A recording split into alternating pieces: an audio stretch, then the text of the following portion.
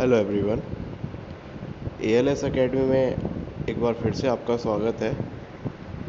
आज हम बात करने वाले हैं ये जो यूपीएसआई का पेपर आने वाला है, इसमें आने वाला एक सब्जेक्ट है जिसका नाम है मूल विधि। अब इसमें ये माना जाता है कि अगर आपको जीएस पोर्शन में स्कोर अच्छा करना है तो इसमें अलग से वेटेज जो दिया गया है वो मूल विधि का दिया गया है। बट मैं आपको ये समझा दूँ कि इसमें मूल विधि के साथ साथ एक सब्जेक्ट है जो कि है संविधान। यानी हम मूल विधि को तो पढ़ेंगे ही पढ़ेंगे, बट हम उससे ज़्यादा जो मेहनत करेंगे वो संविधान को लेकर करेंगे। यानी संविधान में हम अपना इतना स्कोर गेन करेंगे ताकि हम इसमें पास हो सकें। तो आइए शुरू करते हैं। आइए देखते हैं क्या क्या हम किस तरीके से मूल विधि और संविधान को पढ़ने वाले हैं। इन सभी चीज़ों को पढ़ने से पहले अगर हमारे लिए कोई चीज़ इम्पोर्टेंट है तो वो है इसका सिलेबस। यानी अगर हमें सिलेबस का ही ना पता हो तो हम कैसे कह सकते हैं कि हम इसके एग्ज़ाम में क्या क्या क्वेश्चन पूछे जाएंगे और उनमें से क्या क्या टॉपिक हमको पढ़ना है। वो ज़रूरी है, ये सबको पता है कि सिलेबस पढ़ना होता है, बट सिलेबस को याद रखना इम्पोर्टेंट है। ठीक, अब चलिए आगे बढ़ते हैं। अब जब हम सिलेबस की बात करते हैं, मूल विधि का जो पाठ्यक्रम है वो कुछ इस प्रकार है। जैसे चैप्टर 1, यानी इसमें हम चैप्टर वाइज इनको डिवाइड करते हैं। तो चैप्टर 1 में हमको पढ़ना होता है सीआरपीसी और आईपीसी, यानी इंडियन पीनल कोड और क्रिमिनल प्रोड्यूसर कोड। ठीक है, यानी भारतीय दंड संहिता और दंड प्रक्रिया संहिता। उसके बाद जो चैप्टर नंबर 2 है उसका नाम है यातायात नियम या राष्ट्रीय सुरक्षा अधिनियम। फिर चैप्टर नंबर 3 है, फिर चैप्टर नंबर 4 है, जैसा कि आप स्क्रीन पर देख सकते हैं। बस हमें तो यहाँ अभी ये समझना है कि हमारे सिलेबस में निम्नलिखित चैप्टर आएंगे। ठीक, अब इसमें मैं आपको बता दूं कि आपको कौन सा चैप्टर छोड़ना यानी इग्नोर भी कर सकते हैं, बट कौन सा चैप्टर बिल्कुल भी 1% इग्नोर नहीं करना। यानी ऐसा नहीं है कि आप टोटल इग्नोर कर देंगे। ये कह सकते हैं कि किसको हाई प्रायोरिटी पर रखना है और किसको लो प्रायोरिटी पर रखना है। जैसे इसमें चैप्टर नंबर 6 है, तो चैप्टर नंबर 6 आपकी हाई प्रायोरिटी पर रहेगा। यानी चैप्टर नंबर 6 को आप हर हाल में और सबसे पहले पढ़ेंगे। उसके बाद अगर आपको कोई चैप्टर पढ़ना है तो उसमें चैप्टर का नाम है जो आपका महिलाएं और बच्चे होते हैं, चैप्टर नंबर 3। तो chapter number 3 most important portion. और चैप्टर नंबर 3 के अलावा अगर हमने कुछ देखा था तो वो देखा था क्या, जो हमारा चैप्टर नंबर 6 था जिसमें आया था सूचना का अधिकार। अब जब इतना हमने देख लिया, इसके बाद एक इसमें इम्पोर्टेंट हो जाता है भूमि सुधार। यानी 3 चैप्टर ऐसे हैं जिसको आप एक भी पॉइंट पे मिस या इग्नोर नहीं कर सकते। जिसमें फर्स्ट चैप्टर हो गया सूचना का अधिकार, सेकंड हाई प्रायोरिटी पे हो गया महिला सुरक्षा, और थर्ड प्रायोरिटी पे हो गया भूमि सुधार। और उसके बाद जो आपको चैप्टर पढ़ना है वो पढ़ना है चैप्टर नंबर 5, यानी आयकर अधिनियम एवं भ्रष्टाचार निवारण अधिनियम। ठीक है, ये अधिनियम पढ़ने के बाद आपको हम बताएंगे कैसे कैसे इनको हैंडल करना है। अब देखिए, अगर आपको सिलेक्शन चाहिए तो आपको परफॉर्म करने पे ज़्यादा फोकस करना है। यानी आप चैप्टर कम पढ़ें बट उसको याद ज़्यादा करें। ठीक है, तो चलिए बढ़ते हैं आगे और देखते हैं हम किस प्रकार इन चैप्टर को कवर करेंगे। अब जब हम बात करते हैं पहले चैप्टर के बारे में, यानी वो चैप्टर है आईपीसी और सीआरपीसी। इसमें मूल विधि लिखा हुआ है कि आपको जो एसआई का पेपर होगा उसमें मूल विधि आएगा। अब मूल विधि को 2 पार्टों में बांटा गया। एक होता है सब्सटेंटिव लॉ यानी मौलिक विधि जो स्टार्टिंग से है, और दूसरा है प्रक्रिया विधि यानी प्रोड्यूसरल लॉ। अब इसमें क्या होता है कि कुछ लॉ होते हैं जो सिविल लॉ होते हैं, कुछ लॉ होते हैं जो क्रिमिनल लॉ होते हैं। यानी क्रिमिनल शब्द से ही आपको समझ में आ रहा है कि क्रिमिनल यानी अपराध जो बहुत ही बड़े स्तर पर हो, और सिविल लॉ यानी जो छोटे स्तर के लॉ होते हैं। ठीक, छोटे स्तर के जैसे कि आप कह सकते हो ज़मीनी विवाद, आप कह सकते हो संपत्ति से संबंधित विवाद, आप कह सकते हो कि छोटा मोटा घरेलू लड़ाई। बट अगर बात आ जाती है मर्डर, रेप, और इसके अलावा कह सकते हैं कि जैसे किसी की किडनैपिंग हुई है, तो ये बड़े अपराध हैं, और बड़े अपराध आ जाते हैं क्रिमिनल लॉ में, और सिविल लॉ में जो छोटे अपराध होते हैं। ठीक, अब उसके बाद बात करते हैं भारतीय दंड विधान यानी आईपीसी। इसका पूरा नाम है इंडियन पीनल कोड। इसका पूरा नाम जो है वो है इंडियन पीनल कोड। और इंडियन पीनल कोड के बारे में जब हम देखेंगे तो इसमें हमें सबसे पहले ये देखना है कि ये ड्राफ्ट कब बना। ड्राफ्ट का मतलब होता है कि कच्चा काम, यानी पहली बार रफ वर्क इस पे कब हुआ। तो रफ वर्क हुआ था इस पे 1834 में, और यही इम्पोर्टेंट है।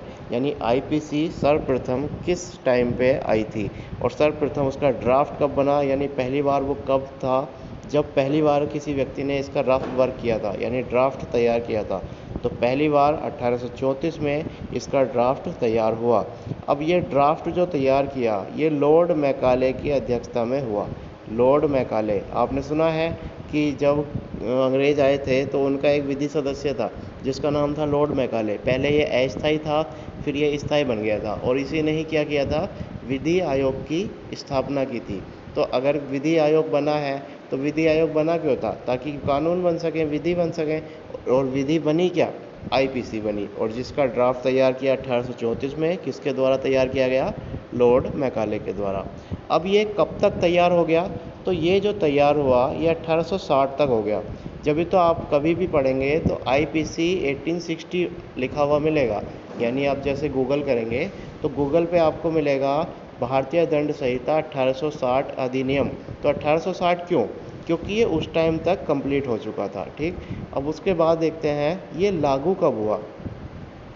यानी लागू होना कि चलो बना दिया, बट इसको अब इम्प्लीमेंट करते हैं कि देखते हैं लोगों के बीच इसका क्या रोल रहेगा और कैसे इसको लागू रखना है। तो 1 जनवरी 1862 में इसको लागू कर दिया गया। अब इतने पोर्शन से अब मैं आपको बता दूं कि आपको क्या ध्यान रखना है। सबसे पहले ड्राफ्ट कब बना, पहला पोर्शन क्या हो गया, ड्राफ्ट कब बना 1834। दूसरा पोर्शन हो गया किसने बनाया, तो किसने बनाया, लॉर्ड मैकाले ने बनाया। अब ये जो आईपीसी है, भारतीय दंड विधान, कब अधिनियमित हुआ, कब पारित हुआ और कब पूरा हुआ, तो ये हुआ 1860 में। बट अगर हम बात करें भारतीय दंड संहिता अधिनियम की तो ये लागू होता है 1 जनवरी 1862 में। अब इसके बाद जो हमें देखना है वो ये देखना है कि क्या ये उस टाइम पे पूरे भारत में लागू हो गया, नहीं। तो पूरे भारत में लागू होता है ये 31 अक्टूबर 2019 को, क्योंकि जम्मू कश्मीर से 370 जो है आर्टिकल वो हटा दिया गया, और वो भारत का जो अभिन्न हिस्सा होता था वो उसके बाद बन गया क्या, भारत का केंद्र शासित प्रदेश। अब इसके बाद एक पॉइंट आता है, समुद्री क्षेत्र में अगर हम जाएंगे तो समुद्र में जो डिस्टेंस नापी जाती है वो नॉटिकल मील में नापी जाती है, यानी समुद्री मील में नापी जाती है। अब यही क्वेश्चन आया था कि समुद्र के क्षेत्राधिकार में कितनी दूरी तक भारतीय दंड संहिता लागू होती है, तो इसका जो आंसर है वो है 12 समुद्री मील, यानी 12 समुद्री मील तक भारतीय दंड संहिता लागू होती है। अब इसके बाद आईपीसी का जो चैप्टर नंबर 1 है वो है उद्देशिका, यानी ये जो भारतीय दंड संहिता बनाई गई इसका एक्चुअल में उद्देश्य क्या है, और उद्देशिका का मतलब है कि इसके अंदर हम क्या क्या चीज़ों को पढ़ने वाले हैं और ये इम्प्लीमेंट होगी, लागू होगी तो कहाँ होगी। उद्देशिका में देखते हैं इसका नाम क्या होगा, धारा नंबर 1 में क्या है, इसका नाम, धारा नंबर 1 में नाम, लागू होने का विस्तार। धारा नंबर 2 में क्या है, जो व्यक्ति भारत क्षेत्र के अंतर्गत, 2 में है भारत क्षेत्र के अंतर्गत कोई व्यक्ति क्या करता है, यदि अपराध करता है तो उस पर आईपीसी की धारा 2 के तहत उसे मान लिया जाएगा कि वो अपराधी है, और उस पर जो आगे का कानूनी कार्रवाई है वो चलेगी। अब उसके बाद पहले में है संहिता का नाम, दूसरे में है भारत का राज्य क्षेत्र के अंतर्गत किया गया अपराध, यानी भारत के अंदर कोई अपराध कर रहा है। फिर तीसरे में क्या है, भारत के बाहर, भारत के बाहर किसी ने अपराध किया है तो वह ऐसे ही उस पर प्रक्रिया चलेगी जैसे उसने वो कार्य कहाँ किया हो, भारत में किया हो। अब उसके अलावा ये जो धारा नंबर 4 है ये इम्पोर्टेंट है और ये पूछा जाता है।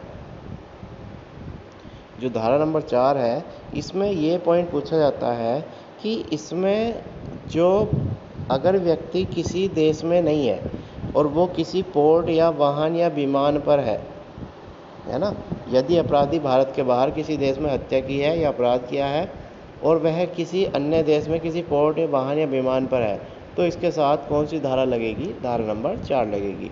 अब धारा नंबर 5 जो है वो 5 किसके संबंध में है? धारा नंबर 5 संबंधित है आपके जो ऑफिसर होते हैं उनके संबंध में। इस अधिनियम की कोई बात भारत सरकार की सेवा के अफसरों, सैनिकों, नौसैनिकों, वायु सैनिकों, विद्रोह, अविभाज्यता को दंडित करने के वाले किसी अधिनियम के उपबंधों में किसी विशेष स्थानीय उपबंधों को प्रभाव नहीं डालेगी। यानी जैसे आप कह सकते हैं कि ऑफिसरों के लिए अलग से सजाएं होती हैं, उनको हटाना बचाना और ये सब उसका अलग वो है। जैसे मान लीजिए सेना है तो सेना की सजाएं अलग है, सेना की सजाएं आईपीसी के तहत नहीं बताई गई है ना, तो इन पर उनके उपबंध जो है वो उसका कोई प्रभाव नहीं डलेगा। ठीक है, तो इस वीडियो में इतना ही, और अगली चैप्टर में हम देखेंगे कि आपको आगे हमें क्या क्या पढ़ना है। अब मैं आपको एक चीज़ और समझा देता हूँ। ये जो आईपीसी है इसमें कुल 23 अध्याय हैं और 511 धाराएं हैं, और इसका जो नाम है वो है ताज-ए-रात हिंद।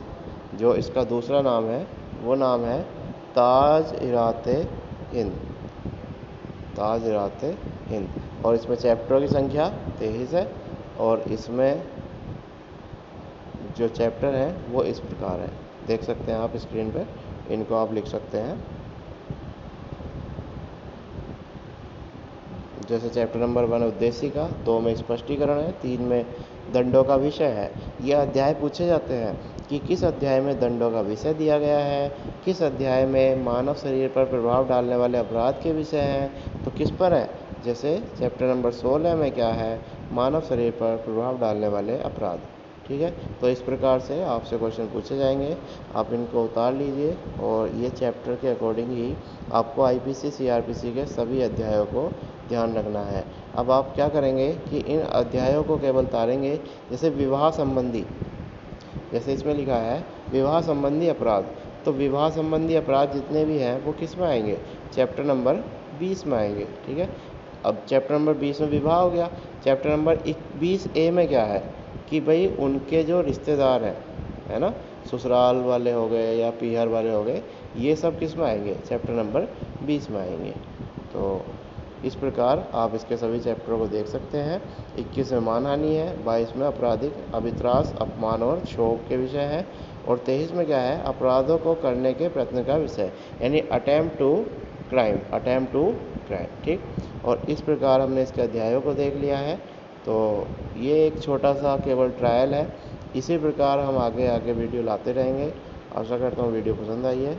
Thank you.